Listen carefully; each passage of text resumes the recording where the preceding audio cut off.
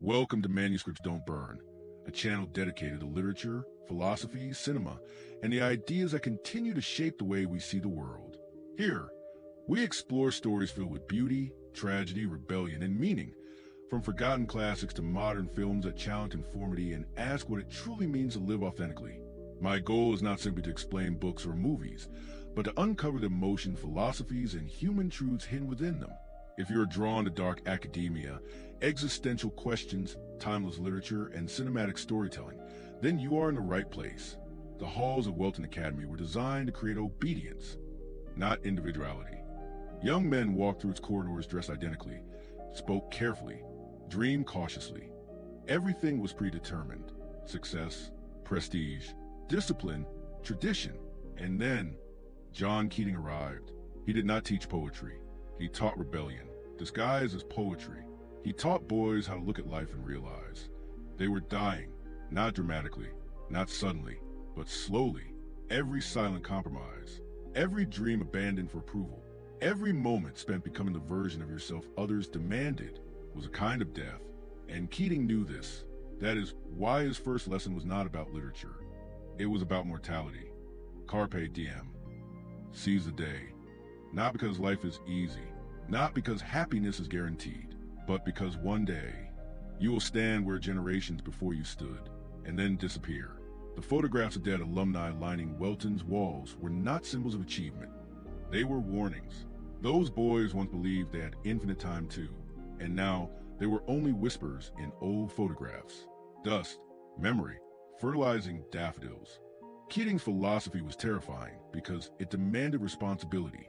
If your life belongs to you, then your failures belong to you too. No excuses, no hiding behind tradition, no blaming society forever. To truly live authentically means risking rejection, and that is exactly what his students feared most. So Keating began destroying conformity piece by piece. He told them to rip pages from textbooks, to stand on desks, to shout barbaric yops into the emptiness, not because rebellion itself mattered, but because perspective did. A desk becomes a mountain when you stand on it, and suddenly the world looks different. That was Keating's greatest lesson. Most people are trapped not by reality, but by perspective. Todd Anderson understood this better than anyone. A boy suffocated by silence, terrified of being seen, terrified of speaking incorrectly, terrified that there was nothing special inside him at all. And then Keating forced him to create, not perfectly, not academically, honestly. And for one brief moment, Todd stopped performing fear and started speaking with his own voice. That moment mattered more than grades ever could, because a person who finds their voice can never completely return to silence again. Then there was Neil Perry, brilliant, passionate, alive, but trapped inside the expectations of his father. Neil loved acting because acting allowed him to become fully himself. And perhaps that is why authoritarian people fear art so deeply. Art awakens identity. It reminds people that they are more than machines built to fulfill obligations. Neil's tragedy was not simply that he died. It was that he lived in a world where authenticity required permission, and some people never receive it.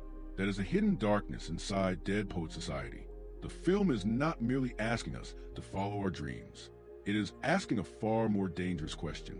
What happens to the human soul when it is denied freedom? What happens when conformity becomes more important than meaning? When success matters more than aliveness? Keating believed poetry mattered because poetry preserves humanity. Medicine keeps us alive. Business builds society. Law creates order.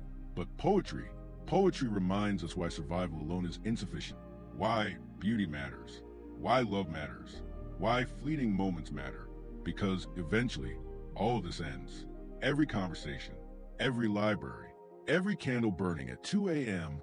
while you search for meaning in forgotten books, all temporary. And somehow, that impermanence makes life more sacred, not less.